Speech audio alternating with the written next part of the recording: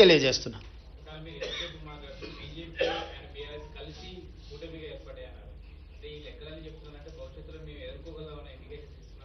ఖచ్చితంగా దాంట్లో మీకు అనుమానం ఎందుకు? పార్లమెంట్ ఎన్నికల్లో వాళ్ళిద్దరు కలిసి వచ్చినా కూడా ఎదుర్కొని 8 సీట్లు సాధించినాం, 40% పైగా ఓట్లు సాధించినాం.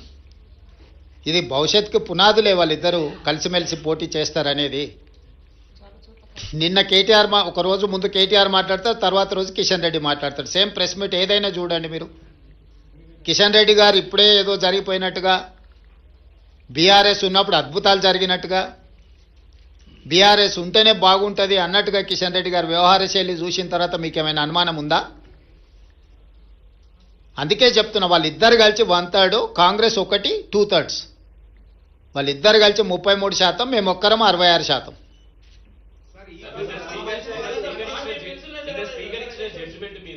రాహుల్ గాంధీ రాజ్యాంగాన్ని పట్టుకొని దేశవ్యాప్తంగా సేవ్ డెమోక్రసీ అంటున్నారు. వాళ్ళ అధికారంలో ఉన్న రాష్ట్రంలో మాత్రం డెమోక్రసీని కూల్ చేశారు. రాహుల్ గాంధీ సమాధానం చెప్పాలంటున్నారు. ఎవరు?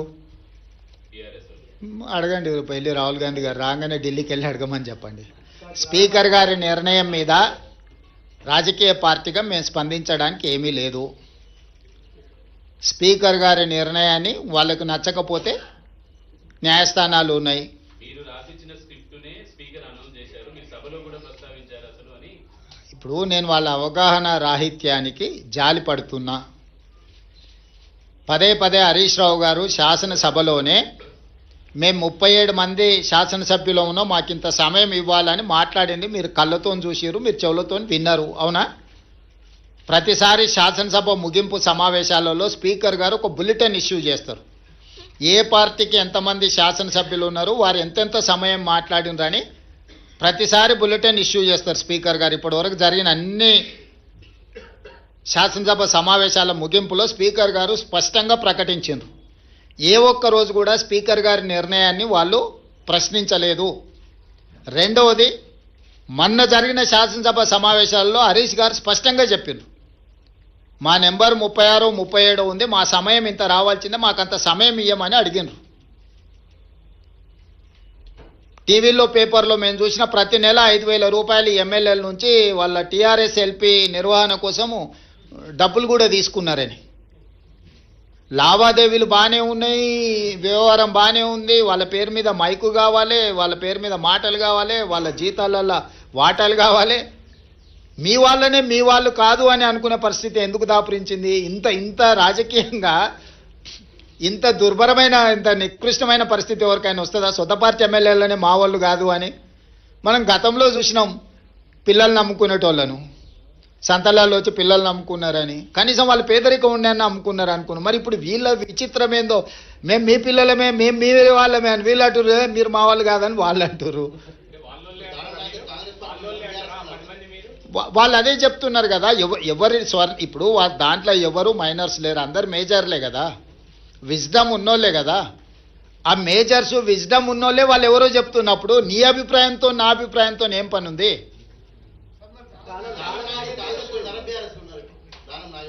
నాగేందర్ గారు చెప్తారు కదా, మీరు అడగండి, చెప్తాం మీరు అడిగిండ్రు అని చెప్పి. ఎస్ అమర్ గారు.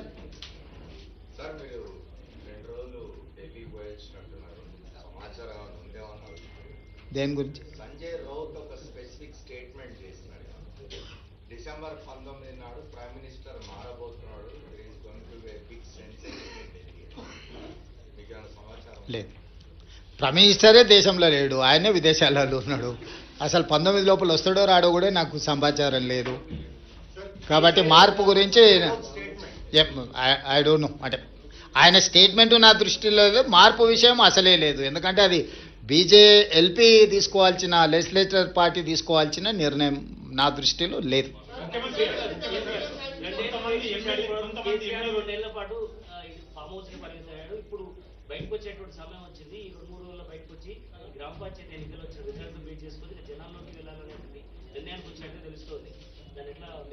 ఎట్లేముంది, 2023 కంటే ముందు కేసీఆర్ బయటనే ఉన్నారు కదా. వాళ్ళు క్షేత్రస్థాయిలో పర్యటిస్తున్నప్పుడే కదా వారు ఓడించింది. వారు క్రియాశీలక రాజకీయాలలో ఉన్నప్పుడే కేసీఆర్ గారిని ఓడించి కాంగ్రెస్ పార్టీ అధికారంలోకి వచ్చింది. ఇప్పుడు వారు క్రియాశీలక రాజకీయాలలోనే లేరు. గజ్వేల్ అసెంబ్లీలోనే కాంగ్రెస్ పార్టీ మెజారిటీ గ్రామ పంచాయతీలు గెలుచుకున్నది. అంటే గజ్వేల్ నియోజకవర్గ ప్రజలు కూడా కేసీఆర్ గారు క్రియాశీలక రాజకీయాలలో లేరు, రాజకీయాలతో వారికి సంబంధం లేదు. ఒకవేళ ఉన్న గజ్వేల్ శాసనసభ సభ్యుడిగానే వారి వల్ల ప్రయోజనం లేదని ప్రజలు ఈరోజు తీర్పిచ్చిండ్రు. గజ్వేల్ నియోజకవర్గ ప్రజలే కేసీఆర్ నాయకత్వాన్ని తిరస్కరించి అక్కడ కాంగ్రెస్కు మెజారిటీ గ్రామ పంచాయతీలు ఇచ్చిన తర్వాత ఇంకా ఏదో అద్భుతం జరుగుద్ది అని, అల్లావుద్దీన్ అద్భుత దీపం వస్తుంది అని ఆశిస్తే అది ఆశావాహుల యొక్క అభిప్రాయం. నేను కొత్తగా చెప్పడానికి ఏం లేదు.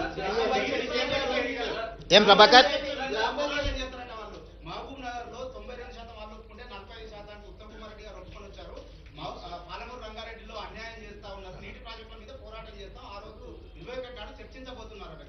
నేనేమంటున్నా అంటే కేసీఆర్ గారిని ప్రతిపక్ష నాయకుడిగా లేఖ రాయమనుంది. 3 రోజులు కానీ 4 రోజులు కానీ కృష్ణా నదీ జలాలు గోదావరి జలాలకు సంబంధించి ఎవరు ఏం చేసిండ్రో చర్చ చేద్దాం కూలంకషంగా, పూర్తి వివరాలతో వచ్చి కూర్చుందాం.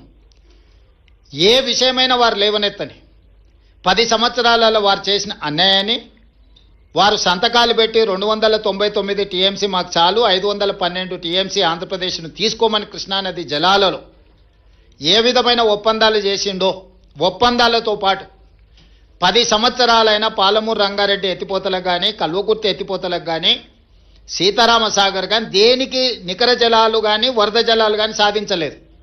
సమ్మక్క సారలమ్మ కూడా వారు సాధించకపోతే ఉత్తమ్ కుమార్ రెడ్డి గారు మంత్రిగా సాధించిండ్రు. ఈరోజు ఏదైనా పక్క రాష్ట్రం నుంచి మన హక్కులను సాధించడమంటే మేము అధికారంలోకి వచ్చిన తర్వాతనే. వీటన్నిటి మీద వారు లేనప్పుడు పత్రికా సమావేశాలలో మాట్లాడడం నాకు ఇష్టం లేదు. నేను సూటిగా వారితోని చర్చను ఆహ్వానిస్తున్నా. చంద్రశేఖరరావు గారు బీఆర్ఎస్ ఆఫీస్ కార్యాలయంలో చర్చించడం కాదు, వారు అడిగితే ఎప్పుడంటే అప్పుడు ప్రత్యేక సమావేశాల్లో ఏర్పాటు చేస్తా. కృష్ణా గోదావరి జలాల మీద చర్చ చేద్దాం. పూర్తి వివరాలను, వాస్తవాలను ప్రజలకు వివరిద్దాం. ఈరోజు ఉమ్మడి రాష్ట్రానికంటే కూడా తీరని ద్రోహం చేసింది బీఆర్ఎస్, చంద్రశేఖరరావు గారు. ఆధారాలతో సహా మొత్తం సభలో చర్చకు మేము పెట్టడానికి సిద్ధంగా ఉన్నాము. వారు సభకు వచ్చి చర్చించి నిజంగానే మా వైపు నుంచి ఏమైనా లోపం ఉంటే వారిని ప్రశ్నించమని నేను సవాల్ విసురుతున్నా. బురద జల్లుతాం, పారిపోతామంటే ప్రజలు అన్ని గమనిస్తున్నారు. ప్రజలు ఎవరు అమాయకులు లేరు.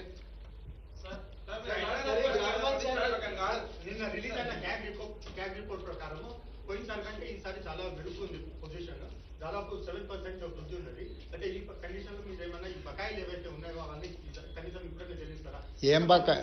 నీకేం బకాయి ఉంది రాహుల్? ఎవరికి? డిస్కమ్లక చేద్దాం.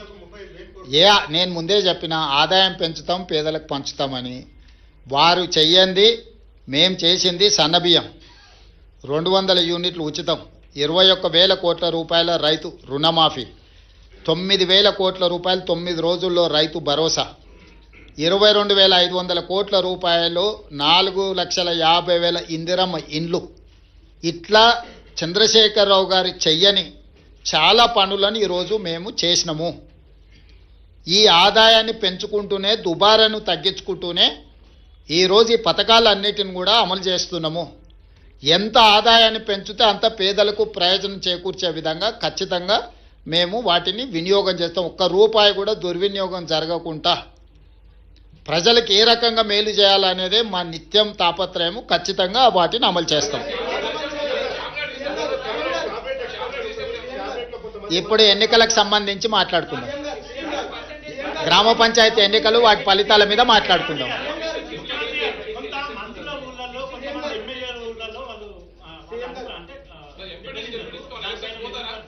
ఇప్పుడు గజ్వేల్ల కేసీఆరే దెబ్బతిని ఓడిపోయి అక్కడ ఉన్నాడు.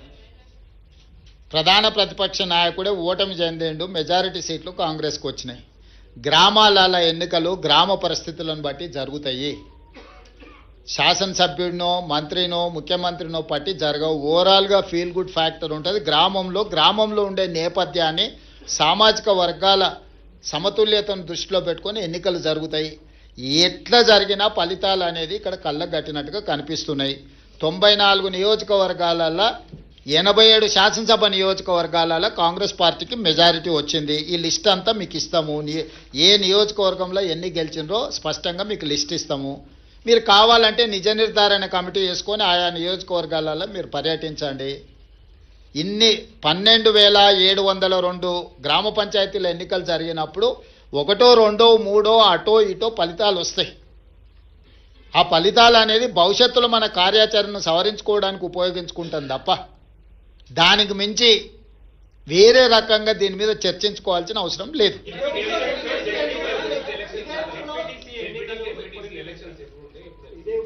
తొందరలోనే శాసనసభ పెట్టి చర్చ చేసి అందరి అభిప్రాయం తీసుకుంటాం ఎట్లా ముందుకు వెళ్దాం అనేది.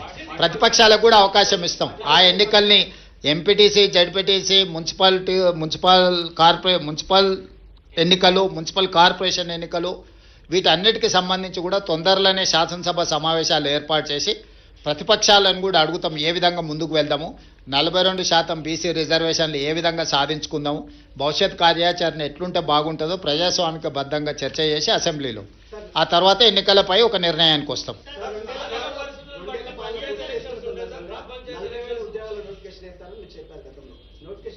వేస్తాం తప్పకుండా. ఇప్పుడు అన్ని పరిశీలిస్తున్నాం, సభలో చర్చించి తీసుకుంటాం.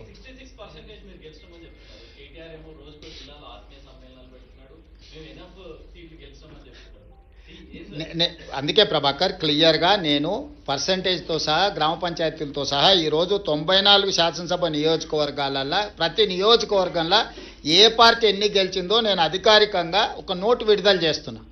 మీరు నోటు తీసుకొని ఆ నియోజకవర్గంలో వెళ్ళి నిజ నిర్ధారణ కార్యక్రమాలు పెట్టుకొని మీరు పరిశీలించండి. కేటీఆర్ అనేవాడు కాంగ్రెస్ గురించి ఆలోచన చేస్తలేడు. హరీష్ అనేవాడు వెనకాల తవ్వుతున్నాడు. కేటీఆర్ నాయకత్వంలో ఏ ఎన్నికలు జరిగిపోయినా ఓడిపోయిండు కాబట్టి నాయకత్వాన్ని మార్చాలని హరీష్ వెనకాల నుంచి ఏదైతే ప్రయత్నం చేస్తుండో ఆ విషయాన్ని ఏమంటారు డైల్యూట్ చేయడానికి పర్యటనలు పెట్టుకుంటున్నాడు తప్ప ఇది ప్రజలకు కానీ ప్రభుత్వానికి కానీ సంబంధం లేదు. ఇప్పుడు కేటీఆర్ వర్కింగ్ ప్రెసిడెంట్ అయినప్పటి నుంచి జరిగిన ఏ ఎన్నికలు గెలవలే కదా. జనరల్లో అసెంబ్లీ కావచ్చు, జనరల్లో జరిగిన లోక్సభ కావచ్చు, తర్వాత జరిగిన ఉప ఎన్నికలు కావచ్చు, తర్వాత జరిగిన గ్రామ పంచాయతీ ఎన్నికలు కావచ్చు. ఈరోజు హరీష్ వర్గం ఆల్రెడీ సోషల్ మీడియాలో మిగతా మీడియాలలో మొదలుపెట్టింది కదా. కేటీఆర్ ఉంటే ఇంకా పార్టీ మిగలదు కాబట్టి కేటీఆర్ను తప్పించండి, హరీష్కు నాయకత్వాన్ని అప్పచెప్పండి అని ఒక స్లోగన్ తీసుకొని బయలుదేరిండు.